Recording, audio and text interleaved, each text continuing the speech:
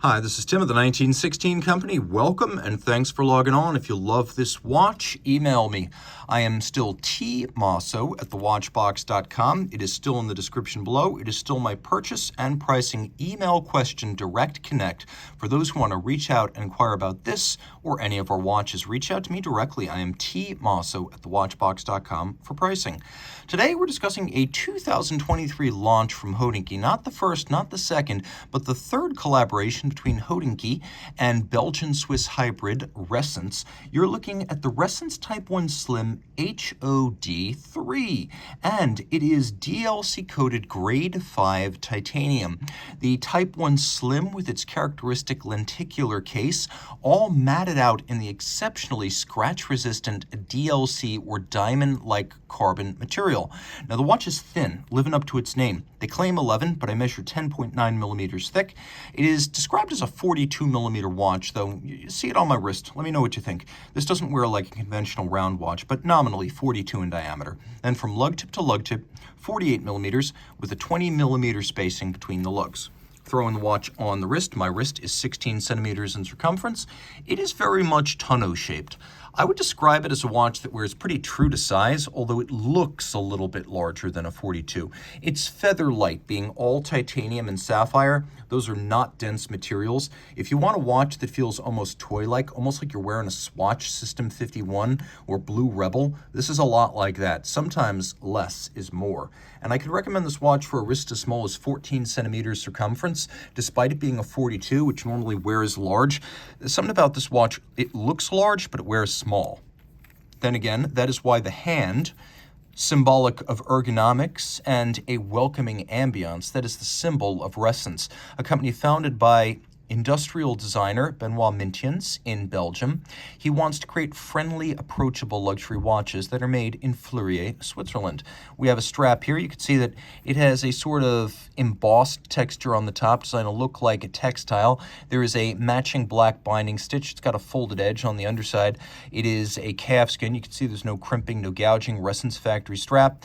And note that it is a bonded strap, so there's no stitching. It's got a very sleek, seamless look because the top is bonded by adhesive to the bottom. We have a lovely matching titanium counterweighted Clevis style buckle, and note that little Ressence hand again in the pin, and note the design. The hand, like a glove, hand in glove, fits inside a little recess in the buckle. I love that kind of attention to detail.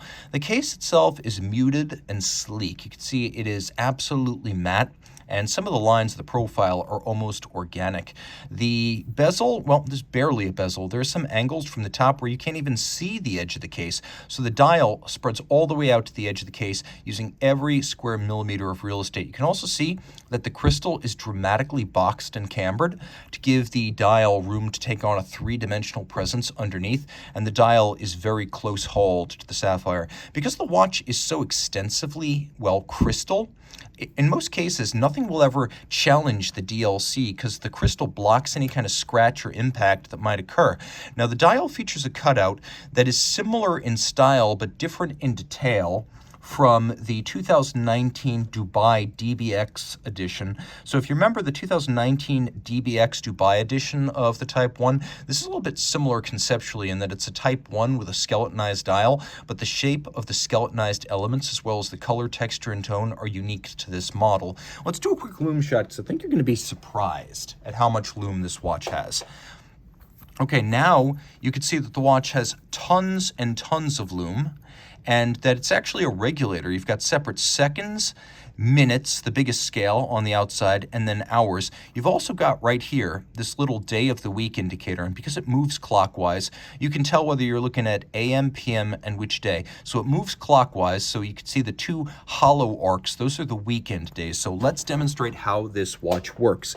With its planetary-based ROCS, a 100-piece or 107-piece movement on top of a movement. Everything moves relative to the center of the dial, but also on its own axis. So because you separate these different elements, you are looking at a regulator dial.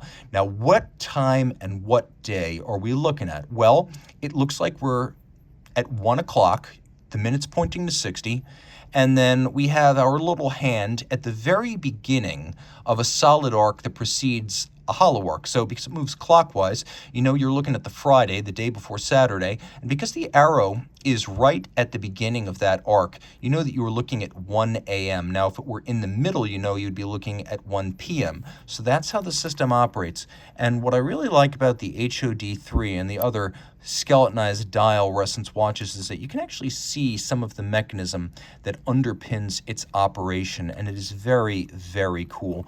A feature borrowed from the Type 1 Squared, which debuted back in 2017. It is a crownless watch, which means there is no crown for winding and setting. Instead, you use the case back to wind and set the watch. Now, it is automatic. You don't need to wind it constantly as long as you are wearing it. But you can, if you wish. And it used to be that you would have to operate by friction a flush rotating case back, but this little hinged lever has proliferated across the line. Now let's talk about the movement inside. First, you need to know that it's not very protected. With the exception of the Type 5 dive watch, all Ressence watches are 1 ATM, that's 10 meters, which for practical purposes means no submergence. Hand washing, the rain, sure, but do not submerge it. There's the Type 5 for that. Now on the bottom, the reason this is the Type 1 Slim is that it uses the more slender of the two main ETA automatics. It uses the 2892A2. Previously, Ressence watches used the 2824, but I believe since 2019, the Slim model debuted, and the 2892 is now used just about across the range. The movement is a bidirectional automatic winder. In this application, it's a 36-hour power reserve. It's got a 4 hertz beat rate, and then on top of it, you have the manufacturer watchmaking, the 107-piece ROCS 1.3 version of the movement. So there's a lot to love here. A watch that is deeply charismatic, unique, and easy to wear, coming from a brand of genuinely good people who are a blast to meet at watch events. If you want to be close to your watchmaker and your watch brand, Ressence is a great way to go. Reach out to me. I am Team Mosso at thewatchbox.com for purchase and pricing details.